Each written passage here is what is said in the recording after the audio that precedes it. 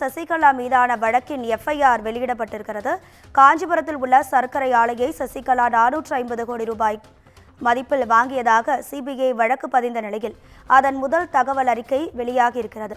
பண மதிப்பிழப்பு நடவடிக்கை எடுத்த சில வாரங்களில் 450 கோடியை பணமாக கொடுத்து சர்க்கரை ஆலையை சசிகலா வாங்கியுள்ளார். சசிகலா மற்றும் பிரிவினரின் சொத்துக்களில் தொடர்பாகவும் தற்போது எஃப்ஐஆர் வெளியிடப்பட்டுள்ளது. இது தொடர்பான கூடுதல் தகவல்களை நமது செய்தியாளர் சுப்பிரமணியன் வழங்கிட கேட்கலாம். சுப்பிரமணியன், வணக்கம். உங்க விரிவான தகவல்.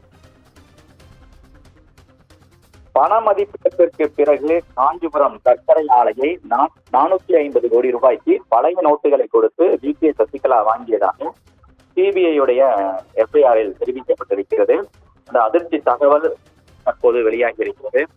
காஞ்சிபுரத்தில் செயல்பட்டு வரக்கூடிய பத்மாவதி சுகர் லிமிடெட் நிறுவனத்தின் இயக்குநர்கள் மீது பெங்களூரில் செயல்பட்டு வரக்கூடிய இந்தியன் ஓவர்சீஸ் வங்கி ஒரு புகார் ஒன்றை அளித்தது. 120 கோடி ரூபாய் ஏமாற்றிவிட்டதாக புகார் அளித்தது.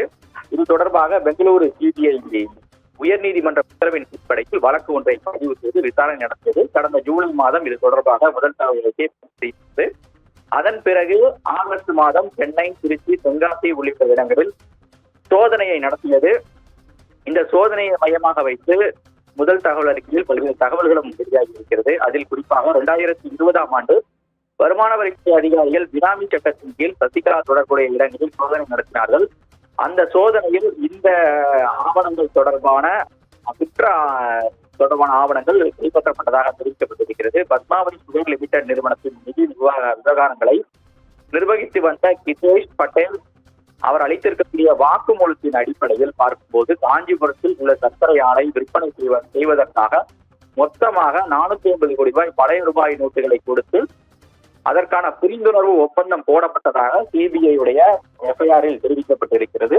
அதே போல ஹிதேஷ் சிவ்கன் பட்டேல், அவரது தந்தையான சிவ்கன் பட்டேல் மற்றும் அவரது சகோதரர் தினேஷ் பட்டேல் ஆகியோருடன் இணைந்து இந்த புரிந்துணர்வு ஒப்பந்தம் போட்டப்பட்டதாகவும் வருமான வரித்துறையுடைய விசாரணையில் அந்த சர்க்கரை ஆலையில் பினாமி சொத்து என்று அறிவித்து சசிகலாவே அதன் உரிமையாளர் என்றும் அந்த வருமான வரித்துறையுடைய விசாரணையில் தெரிய வந்திருப்பதாக சிபிஐ-உடைய முதல் தகவல் அறிக்கையில் தெரிவிக்கப்பட்டிருக்கிறது.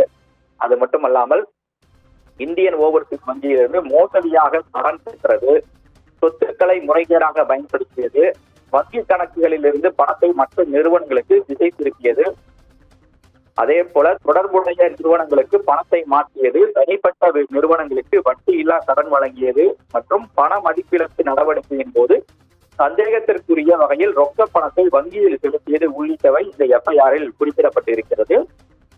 இந்த எஃப்ஐஆர் தற்போது விஸ்வரூபம் எடுத்திருக்கக்கூடிய சூழ்நிலையில் வி.கே. சசிகலா சிபிஐ-உடைய விசாரணை வலயத்திற்குள் வந்திருப்பதாக தகவல்கள் வெளியாகியிருக்கிறது. உங்க தகவல்களுக்கு நன்றி சுப்பிரமணியன்.